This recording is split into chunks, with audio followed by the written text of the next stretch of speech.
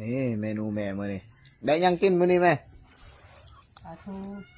ปลาทู ปิ้งปลาทู ผัก เป็นป แก้ ลาว ทูแล้วก็มีแก้ว แล้วก็มีเจียวพี่น้องเอ้ยแซ่บๆFC กินนะ มาเด้อเอฟซีมาตะคูทุกคนมากินข้าวน้ำเบาเช่นเด้อ มาเด้อเอฟซีมันทุกคนมากินข้าวน้ำบ่าวตกตาเด้อ ปิ้งปลาทูพี่น้องเอ้ยนี่ มาลูกหลานกินข้าวแม่เด้อ เสียบๆคือเก่า พี่น้องเอ้ยโอ้นี่ปิ้งปลาทู2 โตบักไงพี่น้อง